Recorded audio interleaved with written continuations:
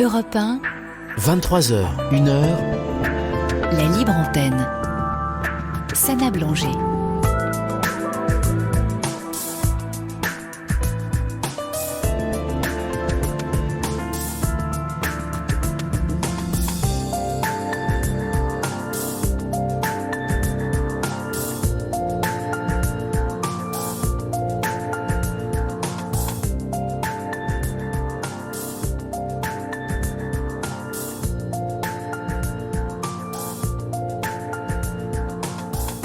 Vous écoutez Europe 1, c'est la libre antenne jusqu'à 1h du matin. Vous pourrez réécouter cette émission en podcast sur le site d'Europe 1. Sinon, vous pouvez également nous joindre au 39 21 pour passer en direct ou par SMS au 7 39 21, précédé du mot nuit. À tout de suite. Pour joindre Sana Blanger, appelez le 39 21. 50 centimes la minute.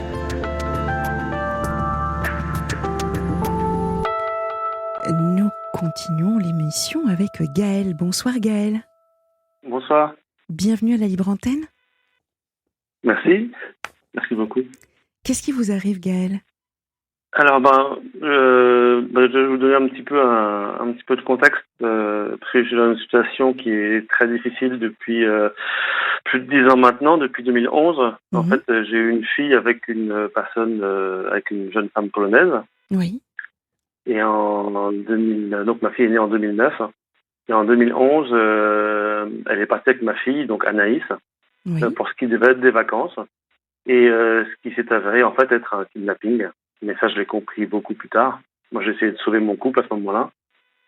Et de cette situation-là a découlé, du coup, des premières procédures judiciaires engagées par la mère de ma fille. Ah oui, d'accord. Et puis après par moi, donc pour essayer d'avoir le droit d'avoir des vacances en France avec ma fille. Juste des vacances, hein, c'est déjà inégalitaire, mais c'est juste ça déjà, avoir des vacances. Oui. Inégalité entre les deux parents. Et donc en 2014, j'ai eu une première décision judiciaire qui me permettait de voir ma fille uniquement en Pologne. Je la voyais enfermée dans une pièce de la maison de mon ex-belle-famille sous le contrôle de la mère et de la grand-mère. J'étais enfermé dans cette pièce le vendredi de 17h à 19h, le samedi 10h-19h avec 4 heures de sortie, dimanche 10h-18h avec 4 heures de sortie.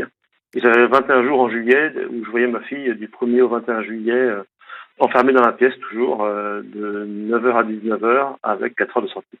Ah oui, et d'accord. donc la mère, donc ça c'était des années de, je dirais, a posteriori j'ai posé dessus les mots de traitement inhumain et dégradant. Parce je que je c'est comprends. extrêmement violent. Juste, Et surtout... juste Oui. une chose, Gaëlle, cette première décision de voir comme ça votre fille entre quatre murs avec votre ex-belle-mère et votre ex-femme, c'était votre compagne. Vous étiez mariés ou pas ? On n'était pas axés, on s'est pas Vous étiez paxé. Donc votre ex-compagne, est-ce qu'il y avait une autorité de plus dans la pièce ou non, c'était juste... Non. J'allais voir ma fille dans la maison de mon ex-belle-famille. C'est mon ex-belle-famille qui avait un rôle de contrôle sur moi, en fait. Ah oui, Il y avait d'accord. une hiérarchie, voilà. C'était pas dit, mais dans les faits, et voilà, on me mettait sous le contrôle et la mère de ma fille n'a pas respecté les sorties, n'a pas respecté le contact, occupé ma fille ailleurs, donc j'étais obligé Ah oui. de faire intervenir la police, qui n'a rien fait du tout, le 112, numéro d'aide européen, qui faisait intervenir la police, qui ne faisait rien, enfin, c'était vraiment... j'ai attaqué en fait la mère en justice pour non-respect de la décision, remise en cause partielle de l'autorité maternelle, enfin j'essayais de frapper fort pour qu'elle se mette à appliquer à nouveau la décision, et ça a été le résultat que j'ai obtenu. C'est-à-dire que je faisais une procédure pour obtenir une décision qui était inacceptable et violente, Oui. mais c'était... mais la seule chose que je pouvais faire, c'était de la faire appliquer cette décision. Et voilà. oui. J'imagine que c'était à contre-cœur. Complètement, mais voilà, en fait, souvent, je vois par exemple sur l'étude sur la justice de 2013, le fait pour la justice française, là je passe de justice française, je fais une petite parenthèse, le fait de juger si une décision est bonne ou pas, c'est de voir si les gens l'appliquent. Mais en fait, non, pas du tout. Quand une personne applique une décision, ça ne veut pas dire que la décision est bonne. Moi, la preuve, c'est que je l'appliquais à la lettre, parce que c'est la seule chose qui me restait, c'était la peau de chagrin qui me restait, voilà. Et donc, je reviens en Pologne en 2018, j'ai eu une nouvelle décision où là, je voyais ma fille uniquement le premier week-end de chaque mois, donc j'avais plus les 21 jours en juillet. Et je la vois donc de 15h à 19h le vendredi, de 10h à 19h le samedi et de 10h à 18h le dimanche, mais à l'extérieur uniquement. C'est terrible, hein, parce que tel que vous en parlez, on a enfin, moi j'ai du mal à imaginer que ce soit de votre fille, qu'on parle de liens, de relations, c'est Oui, comme si c'est des horaires de bureau, quoi. C'est ça, c'est des horaires de bureau, c'est comme si c'était administratif. C'est ça. En plus, les juges ont, je dirais, l'outrecuidance de dire que c'est dans l'intérêt de l'enfant. Oui. Ça, c'est juste détruire le lien entre l'enfant et le parent. C'est juste porter atteinte aux droits fondamentaux de l'enfant, qui sont définis par la Convention internationale des droits de l'enfant. Oui. Et c'est une violence extrême. Et en plus, moi, j'ai fait toutes les procédures 2 fois jusqu'à la Cour européenne de justice. Donc, la Cour européenne des droits de l'homme, pas de justice, je confonds. La Cour européenne des droits de l'homme, donc qui est tout à fait à même de juger du respect des droits de l'enfant. Oui. Et donc la première fois, ils ont rejeté ma demande en disant simplement que mon droit à une vie familiale n'était pas respecté, mais qu'il n'y avait pas de décision contre la Pologne. Et ils ne parlaient pas des droits de l'enfant, alors que moi je les ai saisis aussi pour les droits de ma fille. Et la deuxième fois, ça a été rejeté, mais en fait d'entrée de jeu. Là, il n'y a même pas de motivation, en fait, c'est rejeté, voilà. Donc moi, ça m'a vraiment questionné. C'était une décision la deuxième fois en 2019 que j'ai eue, et ça m'a refait chuter. J'ai fait plusieurs dépressions, etc. Forcément, on s'en doute. Alors justement, est-ce que je peux vous poser quelques questions par rapport à vous ? Mais bien sûr. Parce que là, on parle de la forme, mais le fond, Gaël, comment est-ce que vous avez trouvé l'énergie, la force, la foi pour continuer, pour ne pas baisser les bras ? Et ensuite, donc mon autre question, c'est les relations que vous avez eues, donc le lien avec votre fille, même si c'était en pointillé, comme ça, séquencé, est-ce que vous avez réussi à créer des liens forts ? Donc ma première question est d'abord de savoir comment est-ce que vous avez réussi à être un super papa ?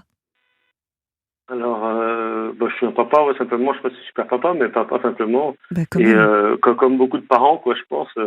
Vous savez, je pense qu'il y a on voit des personnes qui abandonnent et qui... Mais en fait, je les comprends. Je les comprends parce que c'est tellement dur. C'est fou. Ouais, courage, Gaël. Et donc, c'est ça. Comment j'ai tenu, je ne sais pas trop. Et en fait, c'est a posteriori. Moi, pour moi, c'était ma fille et je ne pouvais pas l'abandonner. Oui. Donc, du coup, j'ai tenu et je peux dire qu'on laisse des plumes, alors financières, mais aussi de construction personnelle. Et c'est ça aussi quand je parle de traitement inhumain et dégradant, c'est la définition qui est donnée par le Conseil de l'Europe, c'est de ne plus avoir le moral qu'on avait avant, de plus pouvoir vivre la vie qu'on avait avant. Oui. Et c'est ça. Et c'est pour ça, moi, quand j'ai eu la deuxième rejet de la Cour européenne des droits de l'homme, j'ai eu... vraiment, je me suis dit, mais cette institution ne fonctionne pas, quoi. Cette institution ne fait pas son travail. Et c'est pour ça que j'ai mûri pendant longtemps de me dire qu'est-ce que je pouvais faire. Et c'est pour ça, là récemment, voilà, j'ai lancé justement une pétition pour demander au juge en général de la Cour européenne des droits de l'homme et à la juge en l'occurrence qui a pris la dernière décision de respecter le serment qu'ils ont fait, de faire appliquer les droits humains, notamment la Convention internationale des droits de l'enfant. Et donc, vu qu'ils ne le font pas, de se mettre en conformité avec leur serment et de démissionner s'ils ne le font pas. Voilà. Ouais. Ah oui. Donc moi, j'ai mis cette pétition-là en ligne. C'est sur le site change.org /respect-CI2-action-CEDH, il y a beaucoup de tirets, mais bon. Oui. Où j'explique un peu la situation avec la pétition. Parce que j'ai fait une pétition pour ma fille déjà qui est signée par 1800 personnes déjà. Et là, c'est une deuxième vraiment pour la CEDH et pour demander aux juges de juste faire leur travail pour les enfants. Moi, ça changera rien du tout pour ma fille. On ne sait jamais. Mais je pense que oui. Vous savez, parfois pour les autres enfants qui vivent ça, que la Cour européenne des droits de l'homme fasse quelque chose. Ah, je Ce serait bien. Oui. Je comprends. Je comprends votre émotion. Je comprends votre émotion, Gaël. Nous, en tout cas, on est tout cœur avec vous. Respirez un petit peu. Ce que je voulais dire aussi, c'est que je le fais. Oui. Ce que je voulais dire aussi, c'est que dans tout. Moi, j'ai été victime de toutes ces violences. Ma fille est victime de toutes ces violences-là. Et ça n'empêche pas de d'être dans la bienveillance vis-à-vis d'autrui. C'est-à-dire que moi, euh, j'ai pas de haine. J'ai pas de haine envers la main de ma fille, malgré ce qu'elle fait. J'ai pas de haine envers cette juge. Euh, je pense qu'il y a des choses, voilà. Souvent, on entend dire qu'il faut savoir pardonner. Je pense que pas tout. Il y a des choses qui sont impardonnables. Et donc ça, par exemple, ce que fait la main de ma fille à ma fille, je ne le pardonne pas. Pour autant, j'ai aucune rancœur envers elle. Parce que faire du mal à un enfant, c'est impardonnable. Mm. Et d'ailleurs, là, du coup, dans la pétition que j'ai faite pour la Cour européenne des droits de l'homme, où je cite cette juge, voilà, j'ai en parallèle fait un courrier où je l'informe de ma démarche et où je lui propose d'échanger ensemble Oui. pour qu'on ne soit pas juste un dossier. Gaël, vous savez ce que nous allons faire? Oui. On va faire une Oui. petite pause musicale pour D'accord. D'accord. que vous puissiez respirer un petit peu. Ça vous va? Ça me Rassurez-vous, va, merci. on Oui. ne vous lâche pas, on reste ensemble. C'est juste parce que voilà, je vous sens très émue et c'est normal, votre histoire, elle est incroyable. Je suis vraiment désolée de ce qui vous arrive et j'ai encore plein de questions à vous poser. D'accord. Laissez votre message à Sana Blanger au 7 39 21. 75 centimes plus coût du SMS. Gaël, Oui. comment ça va? Ça va, oui. Ouais, C'est toujours bien d'écouter de la musique et ça fait du bien. c'est vrai que c'est des petits moments de légèreté qui malheureusement sont trop courts et moi je me suis surpris à chercher toujours des musiques nouvelles parce qu'à force d'écouter la musique, mais l'effet est plus là. Mm. Et quand on vit des situations complètement inextricables, la musique est un grand soutien, ouais. N'est-ce pas? Ça réagit beaucoup au standard. Moi, je voulais juste au moins, avant de commencer à lire tous les SMS que nous avons reçus pour vous, je voulais savoir ma deuxième question qui était quel lien vous avez aujourd'hui avec Anaïs? Comment ça se passe? Alors, quand on était enfermés dans la pièce, c'était très compliqué parce que sa mère la poussait contre moi, ma propre fille me tapait, m'envoyait des objets à la figure, donc c'était très compliqué. Quand j'ai pu commencer à avoir du temps à l'extérieur, quand j'ai pu avoir du temps à l'extérieur avec elle, là j'ai pu déjà recréer du lien et puis aussi faire l'autorité parentale. Et à l'heure d'aujourd'hui, quand je la récupère, ça se passe bien, on passe du temps ensemble. Là, début du mois, on a même pu aller ensemble. On est allé ensemble avec une amie à elle à Varsovie, au centre Copernic. C'est un peu entre l'équivalent entre le Palais des Sciences et des Sciences à la Villette à Paris. Mm-hmm. Et donc, elle était très contente. Voilà, surtout on a le temps entièrement à l'extérieur, même si c'est un temps qui est toujours chronométré. Mais on a ce temps-là et il y a des liens. Et puis des fois, quand on regarde des films aussi, elle soit à côté de moi, puis le film passant, elle s'adosse contre moi, elle vient au contact. Donc ça, c'est des moments où, voilà, moi je veux pas vers elle, j'attends qu'elle vienne vers moi, vraiment. Oui. Et c'est des petits moments où, Et elle parle là, français? Elle parle français? Alors non, elle ne parle pas du tout ce français. Sa mère est bilingue, elle parle très bien français, sa mère. Mais sans surprise, elle ne lui a pas appris, voilà, parce que c'est communiquer avec son père et sa famille paternelle. D'accord. Donc elle ne lui a pas appris du tout, donc c'est moi qui a appris le polonais pour parler avec elle. Mm. Et vous voyez, quand on est revenu de Varsovie, voilà, c'était dans la nuit, et là, elle était à l'arrière de la voiture en train de dormir, et voilà, c'est des moments Oui. plein d'émotions, oui. C'est des petits bonheurs qui sont très fugaces, mais qui sont là. Mais qui sont, oui.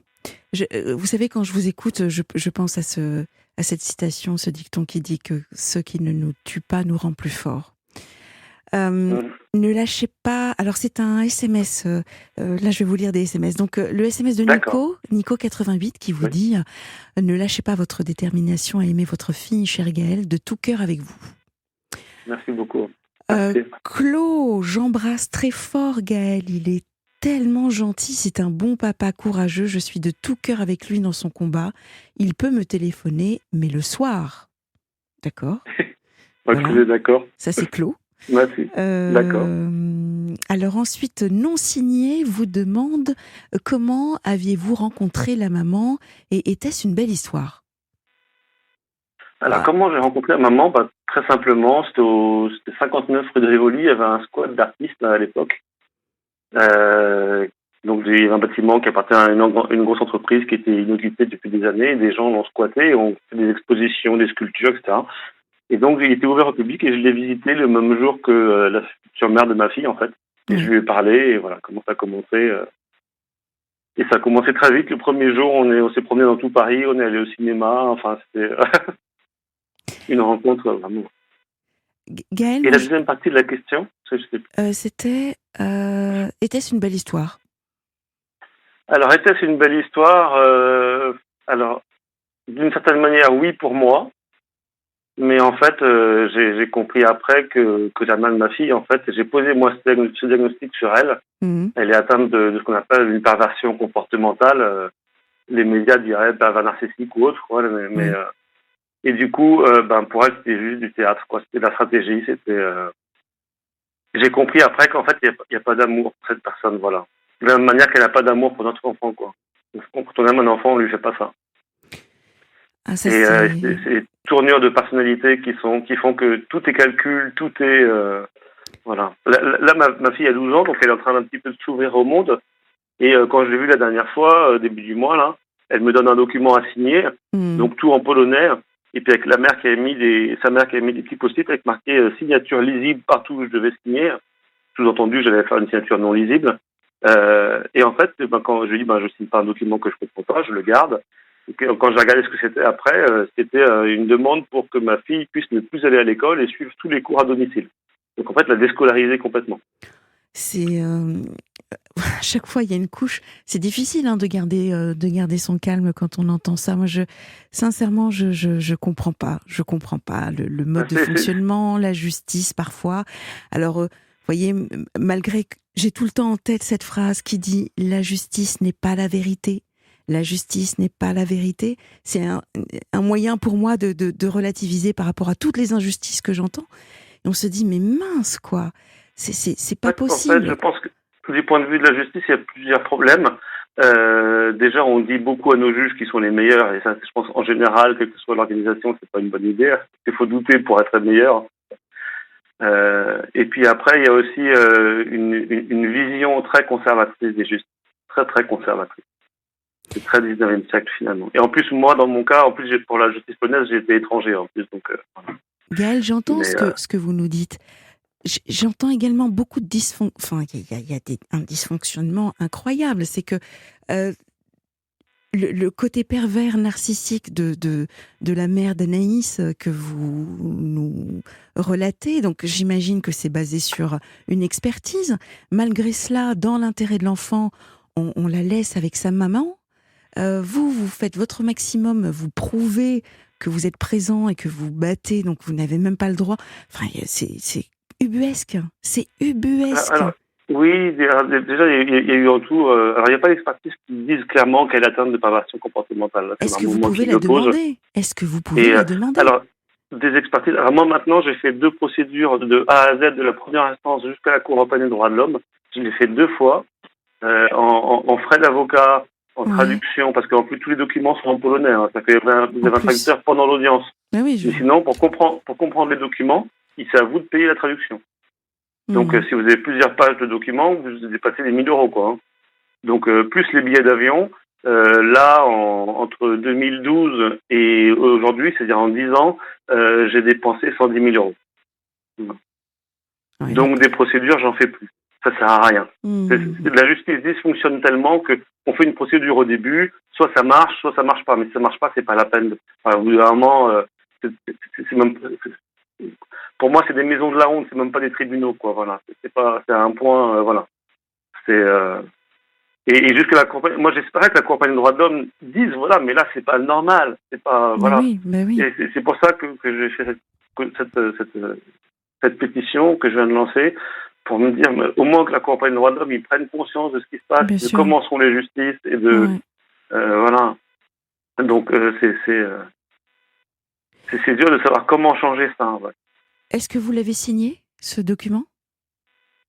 La pétition, oui, bien sûr. Le document, non. Le document, j'ai dit à ma fille que je ne le signais pas, que je n'étais pas d'accord, que je trouvais qu'elle était très bien dans l'école où elle est actuellement. Et puis, quand je l'ai ramené le dimanche soir, En descendant, elle m'a dit tu penses pas à mon avenir, tu t'en fous de moi. Voilà. C'est votre fille, ça, qui vous a dit ça? Voilà, en descendant, parce que j'avais pas signé le document que sa mère lui avait demandé de me faire signer. Voilà. Est-ce que Mais c'est... là, on est en plein dans l'aliénation parentale, en fait, c'est le bourrage de crâne, hein, voilà. Justement, je voulais y arriver. Est-ce que votre fille s'exprime sur la situation? Est-ce que vous ressentez quelque lucidité, de la maturité par rapport à la situation? Parce qu'elle n'a que 12 ans finalement aujourd'hui. Elle a que 12 ans, voilà, donc c'est déjà c'est une situation qui est très compliquée à vivre. Mais alors en plus, pour un enfant une préadolescente qui a 12 ans, c'est inextricable. Surtout qu'en plus, comprendre pour elle, ce serait aller vers une opposition à sa mère. Vis-à-vis de sa maman, oui. Vis-à-vis de sa maman, et une opposition vis-à-vis de sa maman, c'est soit elle est avec elle, soit elle est contre elle. Il n'y a pas de négociation, quoi.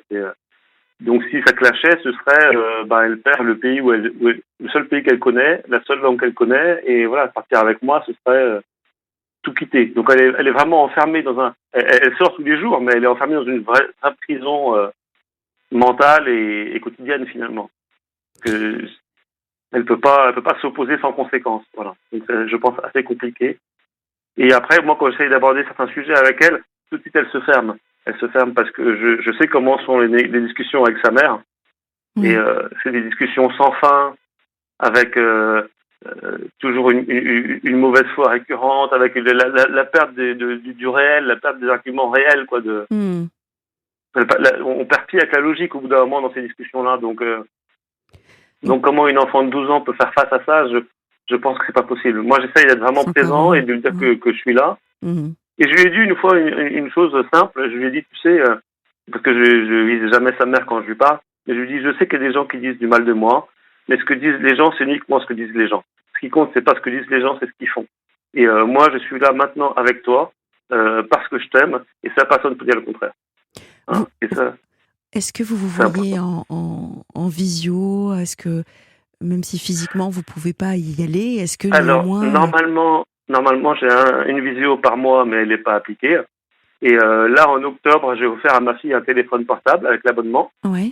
Donc, tout offert, en illimité, avec le portage sur toute la zone Union européenne. Donc, vraiment, elle pouvait faire ça. Elle était super contente quand je lui ai offert elle a fait des grands yeux, elle était super contente. On a testé la vidéo de mon téléphone aussi, etc. Et puis, le soir même, quand je l'ai ramené chez sa mère, le soir même, le téléphone a été éteint et il n'a plus jamais été rallumé. Voilà. Fantastique. Donc c'est toujours la même chose, c'est des choses ça que les juges, alors soit ne voient pas, soit ne veulent pas voir, mais nous on le vit au quotidien et l'appareil judiciaire est complètement à côté de ça, quoi. Il ne voit pas la situation réelle des enfants, il gère des dossiers finalement, voilà, et tout ça avec des visions super passéistes, quoi. En gros, très sexiste, très 19e siècle, quoi. En gros, le rôle de la femme, entre guillemets, ce serait de s'occuper de l'enfant, donc c'est pas une vraie travailleuse, c'est peut-être pour ça qu'on la paye pas non plus très bien son travail. Donc on lui donne l'enfant, mais quelque part on la cantonne à ce rôle-là. Et puis le père, lui c'est pas un vrai parent, c'est un travailleur, c'est à lui de travailler, de trouver de l'argent. Et donc lui on lui demande de payer une pension alimentaire, mais il n'est pas vraiment parent, voilà. Et ça c'est le patriarcat dans tous ces stéréotypes et voilà. Et pour moi c'est aussi ce qui m'a conduit à penser à me dire, mais en fait les pensions alimentaires, c'est jamais une solution, c'est un symptôme. C'est un symptôme du système dans lequel on est. Il y a un système inégalitaire entre les parents et voilà, les pensions, ça devrait être dans les cas extrêmes. Dans les cas où un parent, quel qu'il soit, abandonne complètement l'enfant et s'en fout complètement. Mais la majorité des cas, c'est pas ça. C'est pas ça. Qu'il y ait des pensions alimentaires, c'est un symptôme, je pense. Ça c'est en tout cas ce que le constat que vous en faites par rapport à votre expérience. Alors, autre SMS que nous avons reçu pour vous, c'est Yvette qui vous dit: cette dame n'a-t-elle pas été condamnée pour enlèvement et séquestration par la Cour européenne? Alors, il y a plusieurs choses. Déjà, la Compagnie des droits de l'homme a toujours rejeté mes requêtes, donc il n'y a rien eu contre elle. Deuxièmement, quand une personne part comme ça à l'étranger, vous avez un délai qui est très court, qui est un délai de 6 mois. Alors 6 mois, quand vous êtes amoureux de l'autre parent de votre enfant et que vous essayez de sauver votre couple et ce que vous pensez de votre famille, ça passe. Ça passe vite. Et ça passe très vite. Et c'est pareil, la Compagnie des droits de l'homme, le délai pour faire appel à la Cour européenne des droits de l'homme après une dernière décision judiciaire, c'est également 6 mois. Voilà. Et ça, c'est des délais pour qu'il n'y ait pas de dossier, quoi, pour éjecter les, voilà. Il y a plein de dossiers qui vont pas à la Cour européenne des droits de l'homme parce que le délai est très court. Et moi, mes parents, par exemple, ma mère est très malade, ils ont fait aussi des procédures. Et aussi, il y a eu le Covid, leur avocat répondait pas, ma mère elle est suivie, elle peut pas se déplacer, enfin c'est très compliqué. Et le délai de 6 mois est passé, ils ont pas pu faire appel à la compagnie des droits de l'homme également, parce que l'avocat n'a pas répondu plusieurs fois, c'est compliqué, mais bon. Et on peut pas demander à des personnes qui sont déjà victimes, qui en plus subissent quelque chose d'une extrême violence, d'être vigilants sur les procédures. Ouais, ça, c'est pas possible. Déjà, moi, je me suis vu des moments où le courrier s'accumulait, je ne faisais même plus le courrier, enfin, je faisais même pas travailler, j'étais arrêté au travail, enfin, on ne peut pas gérer ça. On demande aux victimes de gérer quelque chose, ce faisant, on les enfonce. Oui, non, c'est compliqué, Gaël, je comprends. C'est quoi la suite ? Alors justement, c'est quoi la suite ? Qu'est-ce que vous allez faire ? Comment est-ce que vous vous projetez à moyen et long terme ? Là, dans l'immédiat, moi, c'est ma pétition, donc sur change.org pour la Conférence des droits de l'homme, pour espérer rentrer en contact avec cette juge et éventuellement d'autres personnes pour échanger avec eux. Oui. Voilà. C'est pas pour ma fille, parce que ma fille, les procédures sont là, et puis voilà. Et puis après, pour moi, à titre personnel, c'est que ma fille prenne conscience un jour. Mais moi, je vais pas faire de nouvelles procédures. Je fais la découverte tous les mois. Ça sert à rien de faire de nouvelles procédures, payer des avocats. En plus, pourquoi Pourquoi pour des tribunaux qui en l'occurrence, les tribunaux de la ville de Ploiești, là, en l'occurrence, voilà, c'est un niveau j'ai envie de dire, de corruption, d'irrespect du droit. Ils sont hors cadre légal. C'est hors cadre légal. C'est complètement... Donc, conserver du lien... Ça sert à quoi ? Donc, moi, c'est conserver du lien, être proche de ma fille. Ouais. Laisser le temps faire. Et puis, petit à petit, essayer de démonter les choses, de déconstruire, voilà. Ouais. Mais c'est petit à petit, sachant que c'est un travail d'arrière-garde qui est sans fin, parce que moi, j'ai 21 heures par mois en cumulé. Mais 21 heures, je la vois 4 heures et sa mère lui parle à nouveau. Je la vois 9 heures et sa mère lui parle à nouveau. Je la vois 8 heures et après, sa mère a tout le mois où elle peut lui parler. Oui, elle la vampirise, oui. Donc je peux pas déconstruire. Je peux pas déconstruire. Ouais, je comprends. Ce que je peux faire, c'est être là et qu'elle ait un peu d'affection vers moi et en espérant qu'un jour elle comprenne. Est-ce que Nicolas ou Cindy ont le lien de la pétition que vous avez Alors oui, je vous ai contacté par mail aujourd'hui, je vous ai envoyé le lien, oui. Oui, tout à fait, oui. Très bien. Donc, ce sera mis sur la page Facebook également. Alors, nous avons reçu des SMS par rapport au questionnaire sur les pervers narcissiques pour savoir si, oui ou non, la personne que l'on côtoie ou à laquelle nous pensons est dans ce cas de figure. Rassurez-vous, après l'émission, je communiquerai à Cindy et à Nicolas le lien également. D'accord. Gaël, vraiment... Et puis sur l'aliénation parentale aussi, parce que c'est un fléau qui est malheureusement pas traité du tout. Il y a même des personnes, des mouvements qui disent que ça n'existe pas. C'est absurde parce que ça voudrait dire qu'un enfant aurait d'une manière ou d'une autre la capacité de se protéger de la manipulation, alors que les adultes eux-mêmes n'y arrivent pas. On le voit dans les groupes toxiques, dans les sectes, etc. Donc, bien évidemment, les enfants n'y arrivent pas non plus. Et l'aliénation parentale, c'est un fléau énorme. Et moi, j'ai fait une association qui s'appelle Droits du parent et de l'enfant, et j'ai rencontré un des mères et des pères. Voilà, je pense à Régis, je pense à Stéphane, je pense à Nathalie, je pense des gens qui sont privés de leurs enfants sans motif, c'est absurde, c'est absurde. Quand moi j'ai rencontré même en France, je vois par exemple j'ai rencontré des personnes de l'ASE pour un cas que je soutiens, en apportant des références. Les livres de Marie-France Rigoyen, de Jacques Guelet sur enfants libres ou enfants otages, etc. Et on vous renvoie comme réponse, on vous dit on n'a pas les mêmes références. Quelles sont vos références ? Et on vous envoie un lien vers mytf1.fr, c'est l'émission quotidienne qui est très bien par ailleurs, mais qui est entre le magazine et la politique. Enfin, c'est autre chose, c'est pas de la psychologie. C'est problématique, ouais. Gaël, dans tous les cas... C'est un combat, voilà. C'est un combat. Je pense que... Courage. Et j'espère véritablement qu'avec le temps, vous réussirez à trouver une issue, des solutions pour retrouver votre fille dans les meilleures dispositions, vraiment. Et moi, si je voudrais envoyer un message, c'est que, là, j'ai un peu parlé de ma pétition, mais c'est dire à tous les gens qui vivent ça qu'en fait, moi, ma conviction, c'est qu'il ne faut pas lâcher. Voilà. Et même si on n'a plus de contact, on peut toujours envoyer une petite carte postale, un petit coucou, et ça existe. C'est pas grand-chose, mais ça existe. Merci. Que je me suis dit toujours. Merci Gaël. En tout cas, ce sera le mot de Merci la à fin vous. et bon courage, vraiment. Merci beaucoup. Au revoir. Pour joindre Sana Blanger, appelez le 39 21. 50 centimes la minute.